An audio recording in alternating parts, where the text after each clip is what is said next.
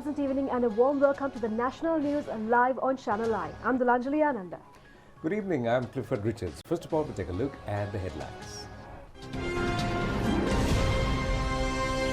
The objective of the incidents of political revenge that occurred against the Avant-Garde Maritime Services Company during the previous government was to arrest President Gotabaya Rajapaksa at any cost, Nishanka Senadipati says. A total of 96 COVID-19 patients were identified today. The total recoveries in the country increased to 712. A new mechanism to repatriate Sri Lankans stranded in foreign countries in the wake of COVID-19 pandemic. Former director of the Western Provincial Intelligence Division states that information over the Easter Sunday attack was not received due to the poor coordination between the relevant authorities.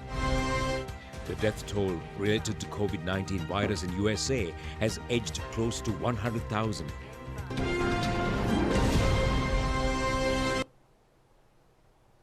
Moving on to the stories in detail.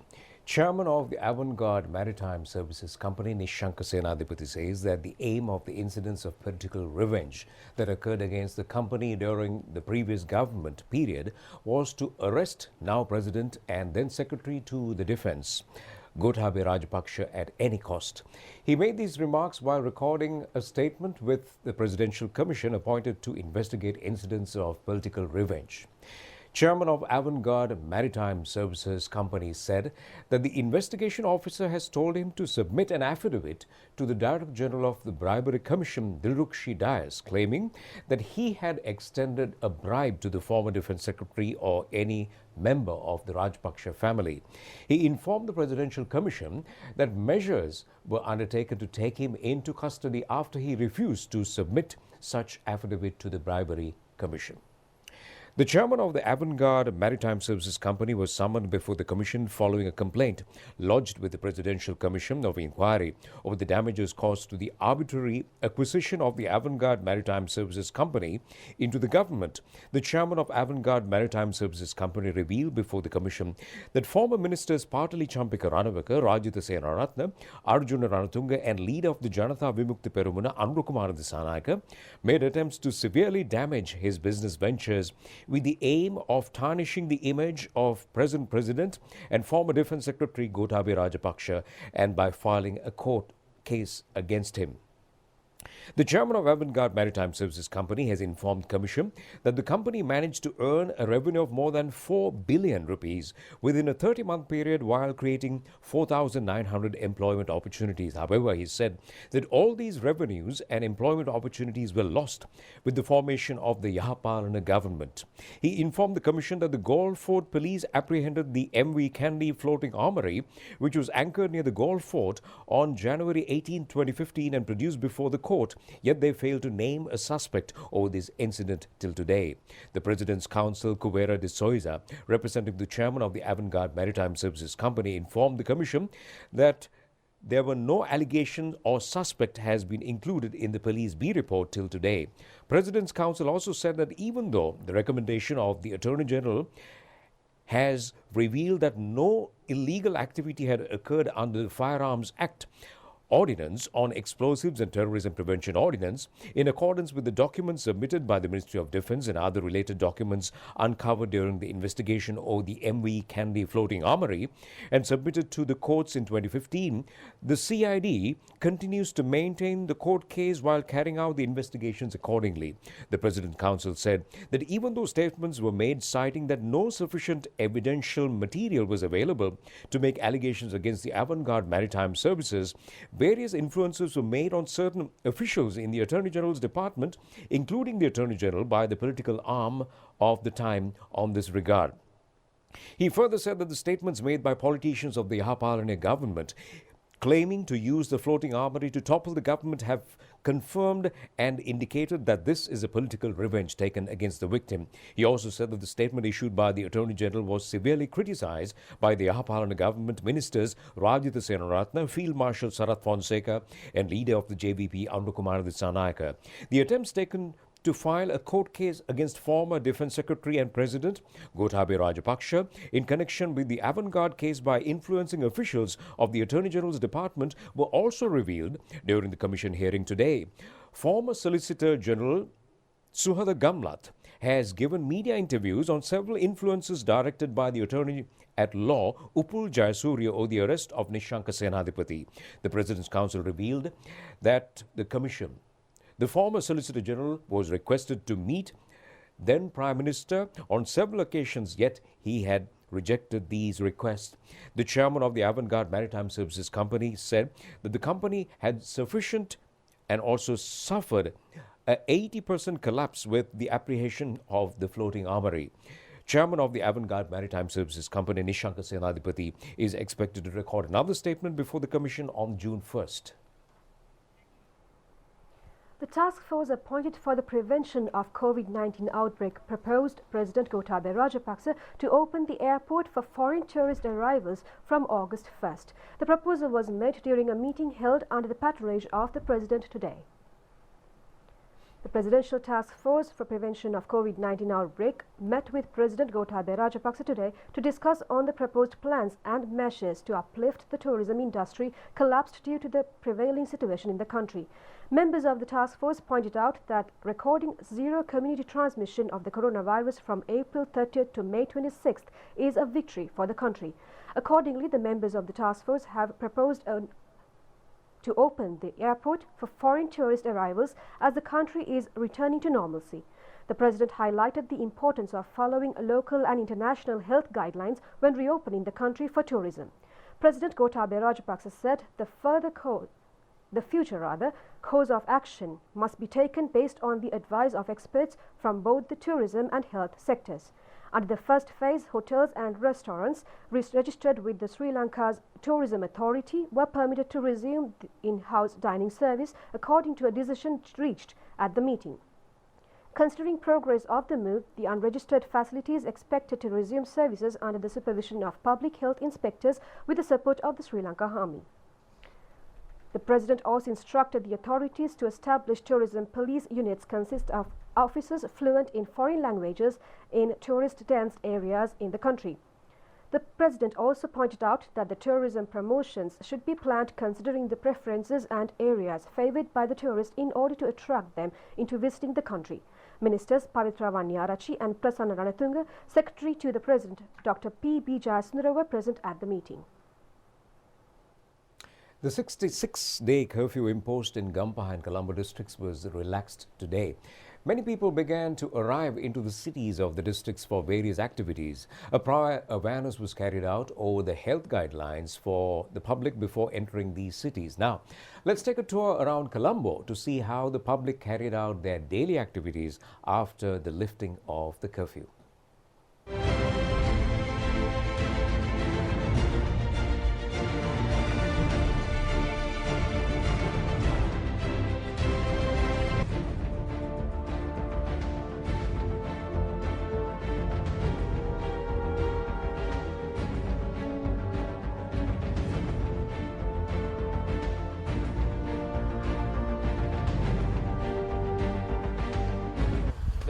මේ කඩවල් අරින්න දුන්නේ මොනවා හේතුවක් උඩද? ඉතින් බලන්න දැන් මේ එක කොටේ කී දෙනෙක් ඉන්නවද කියලා.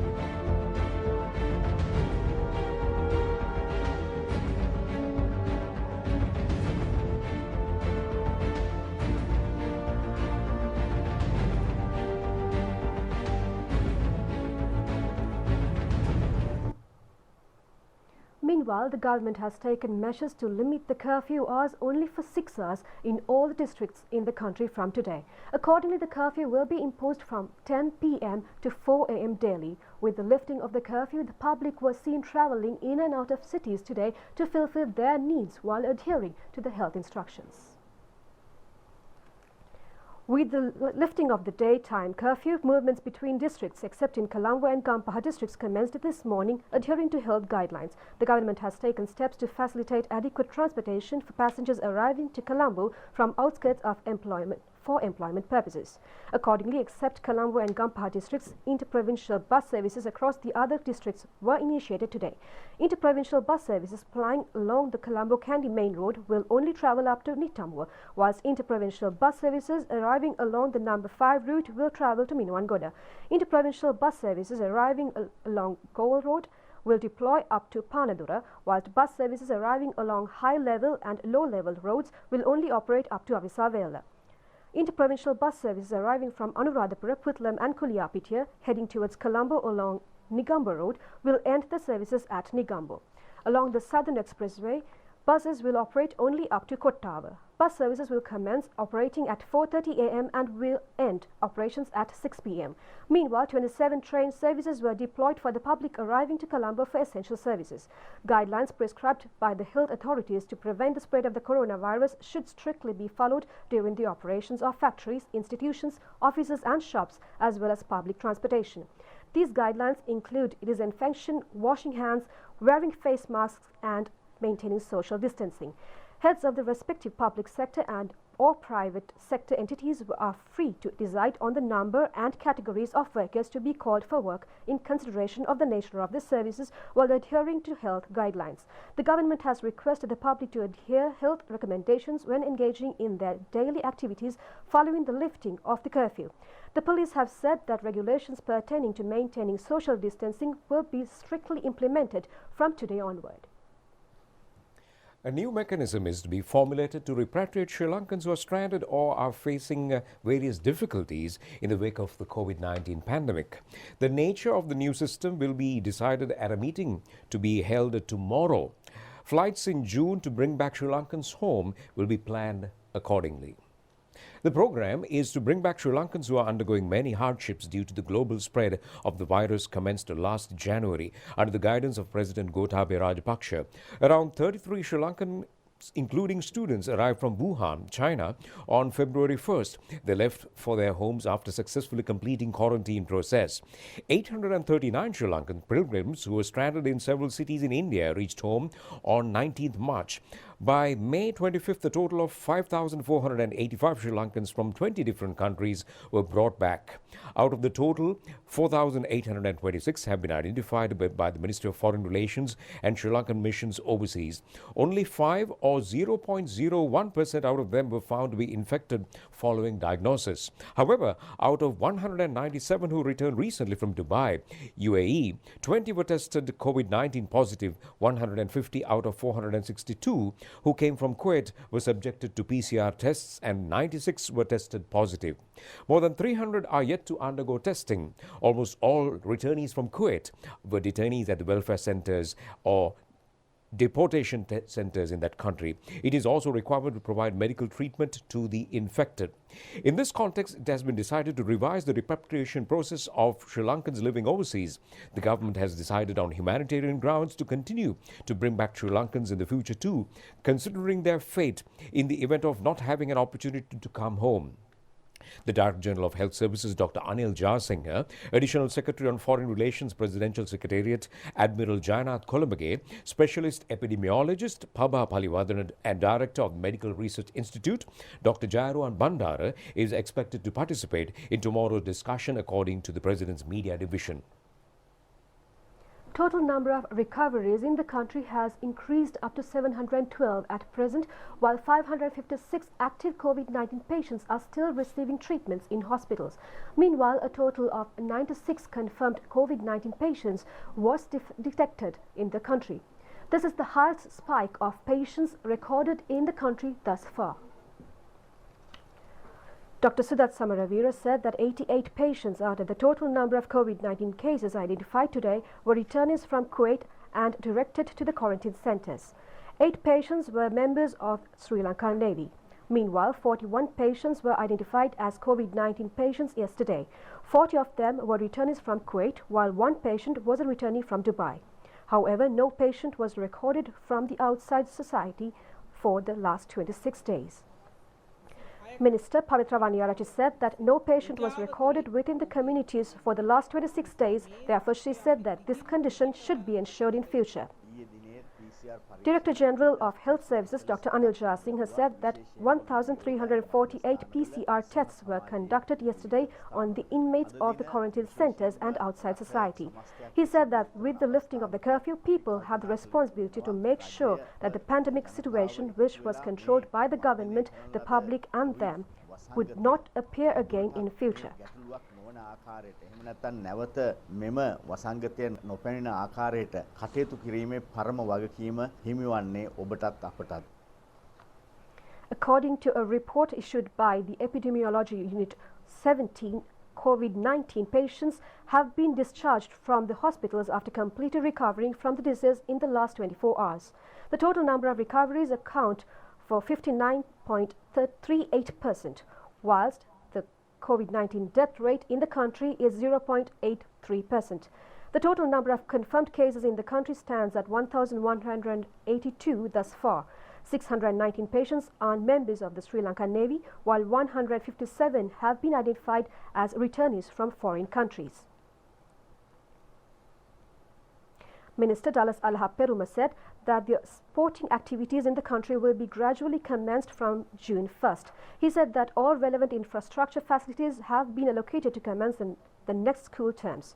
He made these remarks at an event held to donate 15 million rupees worth PCR machines to the Sport Medical Institute. The donation was extended by Sri Lanka Cricket.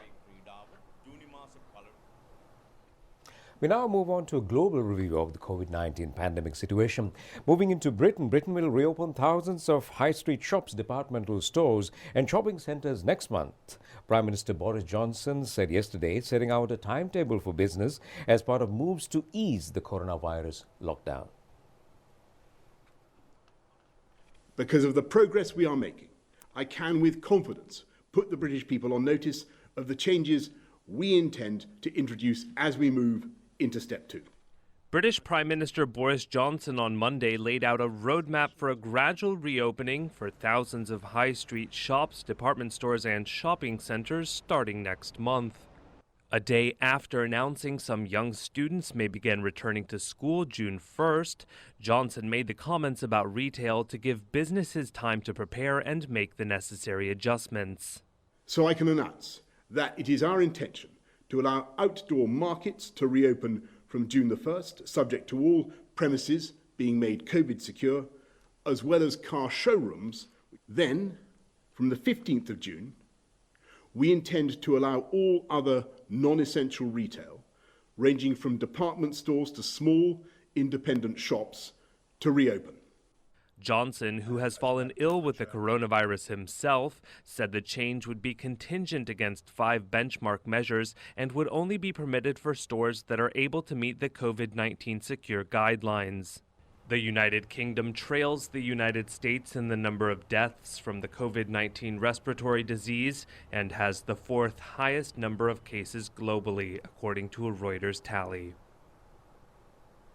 The White House moved up a travel ban on foreigners who have been to Brazil over the past 2 weeks, as Brazil's daily death toll from the coronavirus surpassed that of the U.S. Brazil's daily death toll from coronavirus surpassed that of the United States on Monday.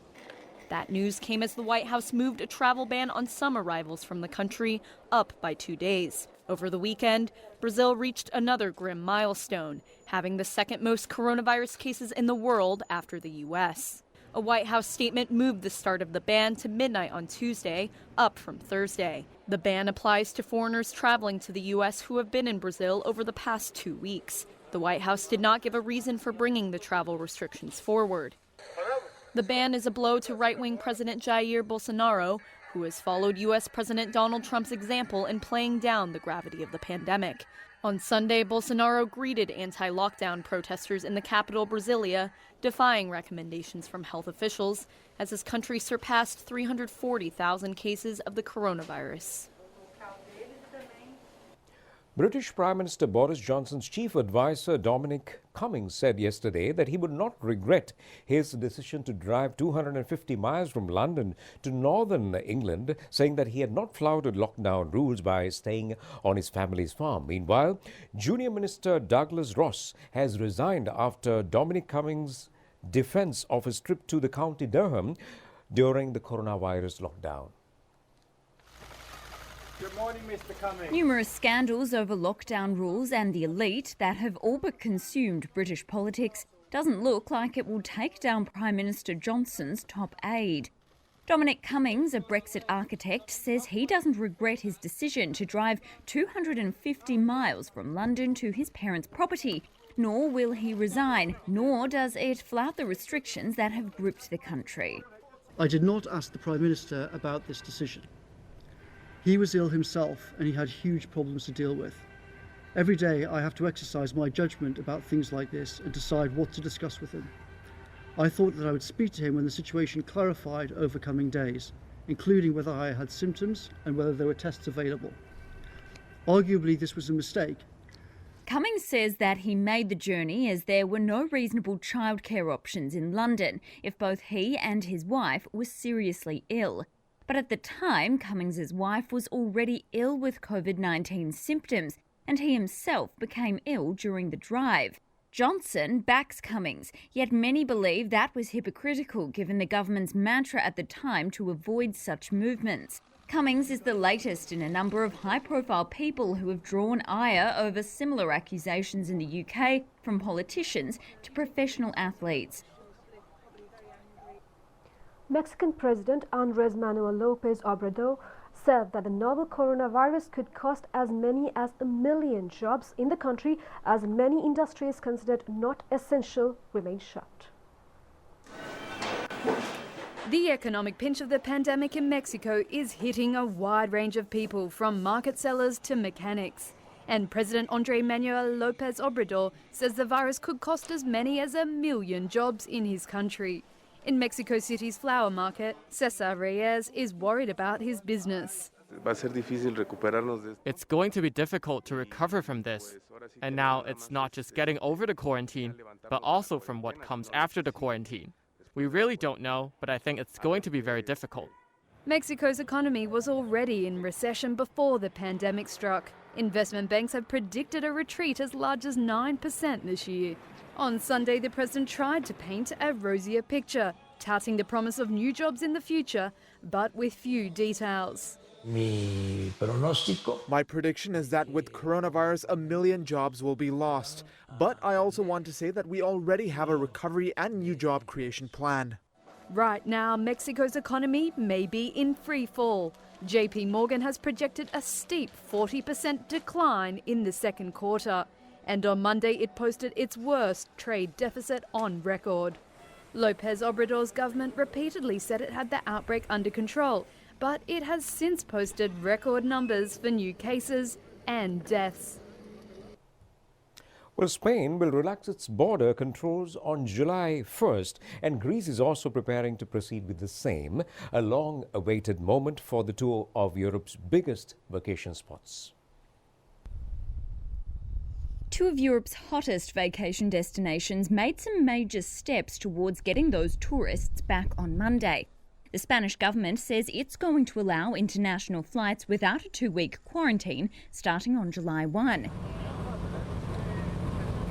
Greece, too, is also calling out for vacationers and their money. On Monday, it opened up the Greek Isles again to travel, as well as allowing cafes and restaurants to reopen as part of the gradual lifting of restrictions. Athens Mayor Kostas Bakianis. Greece has been doing extremely well over these few months, and we are very optimistic about the future, about making sure that we can reopen our economy and send a message around the world that Greece is open and safe. It's a destination where one can enjoy their holiday while at the same time securing their health. Similar to Spain, international flights will be allowed to land at all Greek airports from July 1. And we continue with more news from home. Newly accredited Indian High Commissioner to Sri Lanka, Gopal Bagley, paid a courtesy call on Minister of Foreign Relations Dinesh Gunawardena at the Foreign Minister premises today. On his first working day as the High Commissioner, he exchanged views on a wide range of bilateral issues with the Foreign Relations Minister during his call. Minister Gunawardena, welcoming the new High Commissioner, assured Sri Lanka's fullest commitment for stronger and deeper cooperation with India while appreciating the continued exchanges of goodwill that are evident in the midst of the COVID-19 epidemic. High Commissioner Bagley conveyed Prime Minister Narendra Modi's assurances of closer cooperation with Sri Lanka through his neighbourhood first policy. Both dignitaries agreed to work towards mutually beneficial trade, investment, development and political relations in the post-COVID-19 new international environment by enhancing maritime cooperation, security and exchanges, ensuring food and health security, enhanced assistance for capacity building and technical cooperation. An agreement was reached to start tourism exchanges based on the ancient foundation of Hindu-Buddhist cultural affinities between the two countries. Also, both sides agreed to follow up on the pending Memoranda of Understanding and other bilateral instruments. Foreign Secretary Ravindranatha Arya Singha and senior officials of the Foreign Relations Ministry were also present during the call. And moving on, former director of the Western Provincial Intelligence Division, VII Prasanna, says that the information over the Easter Sunday attack was not received due to the poor coordination between the State Intelligence Service and Special Police Bureau. While recording a statement with the Presidential Commission of Inquiry on the Easter Sunday attacks, the former director of the Western Provincial Intelligence Division said that more information regarding the attack would have been carried and also gathered if all these institutes functioned together. Speaking before the Commission, former director of the Western Provincial Intelligence Division, VII Prasanna, said that the Western Provincial Intelligence Division had not received any information over the Easter Sunday attack on April 11th, 2019. Responding to a query made by the Commission, the former director of the Western Provincial Intelligence Division said that they were aware of a statement made by former Minister Vijaydas Rajapaksa at Parliament in 2016. He said that after the incident occurred in Darga town in 2010, a person named Abdul Hamid was taken into custody for sharing a post on Facebook claiming that he is a Sri Lankan ISIS member. He also informed that he had informed the then senior DIG Pujit Jayasundara over the arrest. When the Commission inquired him on the failure to receive any information from other relevant entities over the religious extremism, he said that Western Provincial Intelligence Division has no facilities to carry out such investigations, though the department is fully equipped with qualified personnel and facilities. Therefore, the witness informed that the State Intelligence Service and special units have not communicated any information with this division, which were exchanged between higher-ranking divisions. Accordingly, he said that since both State Intelligence Service and special units carried out their functions separately, his division failed to receive any information over the attacks.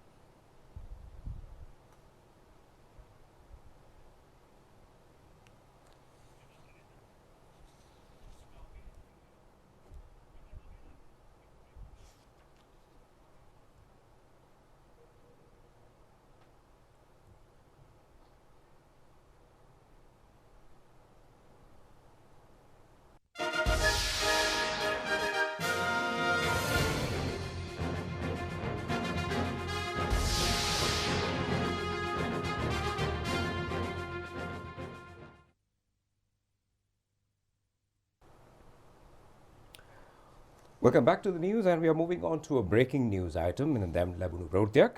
Lanka Kamkaru Congress Nayaka Praja Savibala Ganweem Saha Watu Yatilalta Pasukam Sangardana Amatya Arumugam Thondaman Mahata Abra Pratu Itibeno Hadisi Atiu Rogitaktak Hetuing Talangama Rohalata Amateur Atulat Kurtibinator, even a bit at who Mugos City Bawai Rohal ආරංචි මාර්ග පවසන්නේ. මේ දැන් ලැබුණු ප්‍රවෘත්තියක්. With that, we continue with our English news bulletin. Moving on to more local stories, the Attorney General informed the Supreme Court today that further delays to conduct the general election would violate the voting right of the people representing.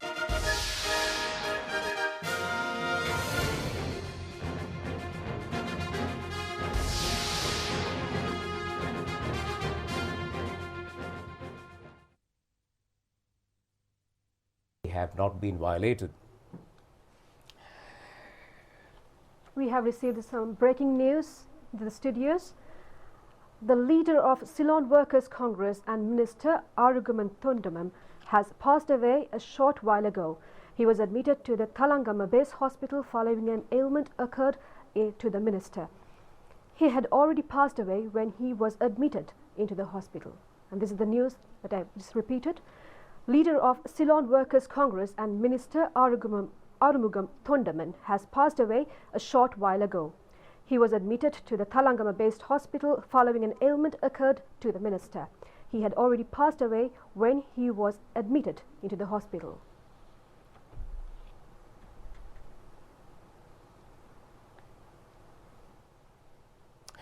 And we continue with the news and moving on to the item that we just aired. The Attorney General informed the Supreme Court today that further delays to conduct the general election would violate the voting right of the people.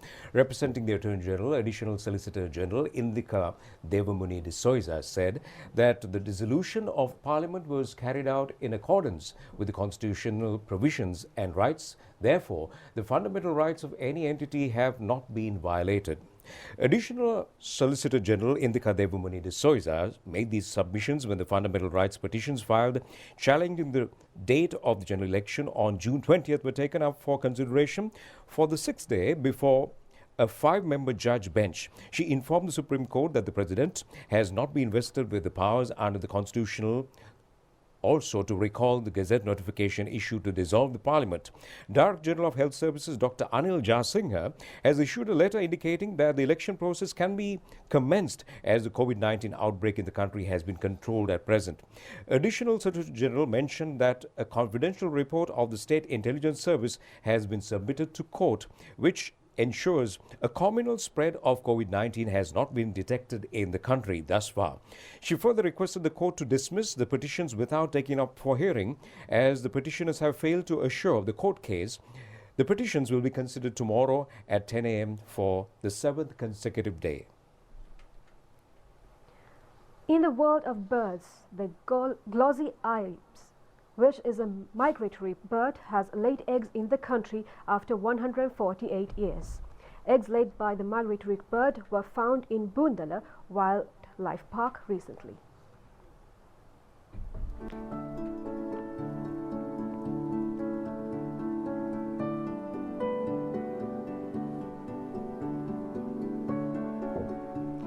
In the wake of the COVID-19 outbreak, as human activities have seen a decline, the glossy ibis has placed a new record by nesting at the Bundala National Park. This is the most widespread ibis species breeding in scattered site in warm regions of Europe, Asia, Africa, Australia, and the Atlantic and Caribbean regions of America. The breeding adults have reddish-brown bodies and shiny bottle green wings, while non-breeders and juvenile have duller bodies. This species has a brownish bill, dark facial skin bordered above the below in blue-gray to cobalt blue, and red-brown legs. It also has shiny feathers. This bird lays about 3 to 4 eggs and are incubated by both male and female birds between 20 to 23 days. These birds have been spotted in the country as far as 1872, according to a book authored by Winston Legg in 1880 titled The History of Birds of Ceylon. Sri Lanka is under obligation to conserve such species.